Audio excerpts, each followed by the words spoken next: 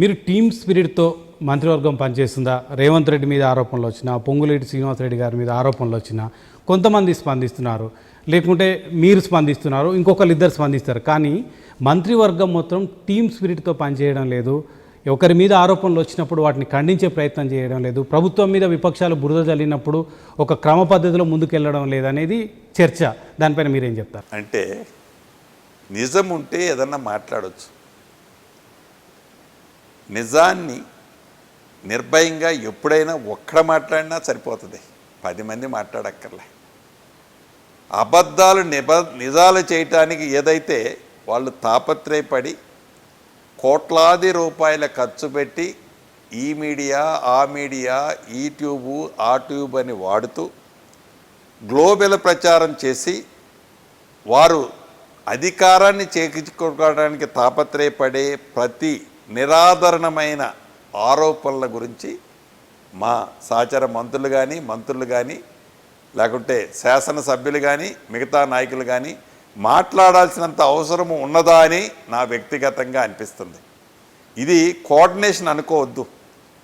ఇది కోఆర్డినేషన్ ఉంది, కోఆర్డినేషన్ లేదు కాబట్టి ఎట్లా జరుగుతుందని అయితే అనుకోవద్దు. కానీ శ్రీనివాసరెడ్డి గారు, మీరు గుండె మీద చేసుకొని చెప్పాలి. మీ జిల్లాకు సంబంధించిన మంత్రులు కావచ్చు, ఇతర జిల్లాలో ఉన్న మంత్రులు కావచ్చు, కోఆర్డినేషన్ ఉందా? నిజంగా చెప్పండి. మీరు గుండె మీద చేసుకొని చెప్తున్నాను, పర్ఫెక్ట్గా కోఆర్డినేషన్ ఉందండి.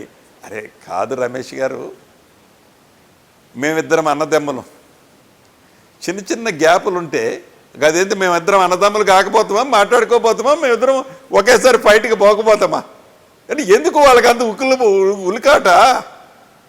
అరే అన్నదమ్ముల మధ్య, భార్యాభర్తల మధ్య, కుటుంబ సభ్యుల మధ్య చిన్న చిన్న గ్యాపులు ఉంటాయి, మాట్లాడుకుంటూ సెటరేట్ అవుద్ది. మధ్య నీ సలహా ఎప్పుడు అడగం, నీ పెద్దరికం చేయమని ఎప్పుడు అడగం. ఖమ్మం కుటుంబంలో ఉన్నాయా, హైదరాబాద్ కుటుంబంలో ఏ కుటుంబంలోనైనా ఇప్పుడు నేను ఇద్దరం అన్నదమ్ములకే ఉంటుంది సార్. 5గురు అన్నదమ్ములు ఉండి ఒక రొమ్ము పాలు దాగిన అన్నదమ్ముల మధ్య చిన్న చిన్న గ్యాపులు వస్తే సరి చేసుకుంటారు. అరే ఇక్కడ వివిధ పార్టీల నుంచి, వివిధ ప్రాంతాల నుంచి, వివిధ భిన్నాభిప్రాయాలతో వచ్చి ఒక క్యాబినెట్లోనూ ఒక పార్టీలో ఉన్న చిన్న గ్యాపులు ఉన్నా అయ్యే భూతద్దాలు పెట్టి చూసి అంత గ్యాపులు కాదు, అది వాళ్ళకి ఏదో అడ్వాంటేజ్ వస్తుందని పగడగల్లా కరాల్సిన అవసరం లే. That is sure. ఎస్, సమన్వయ లోపం లేదంటారు మంత్రుల మధ్య. లేదు అనే క్వశ్చనే లేదు, ఉన్నది. కానీ శ్రీనివాసరెడ్డి గారు అప్పుడు అక్కడ ఇట్లా మాట్లాడిండు అట్ట మాట్లాడిండు అంటే దానికి అది కరెక్ట్ కాదు.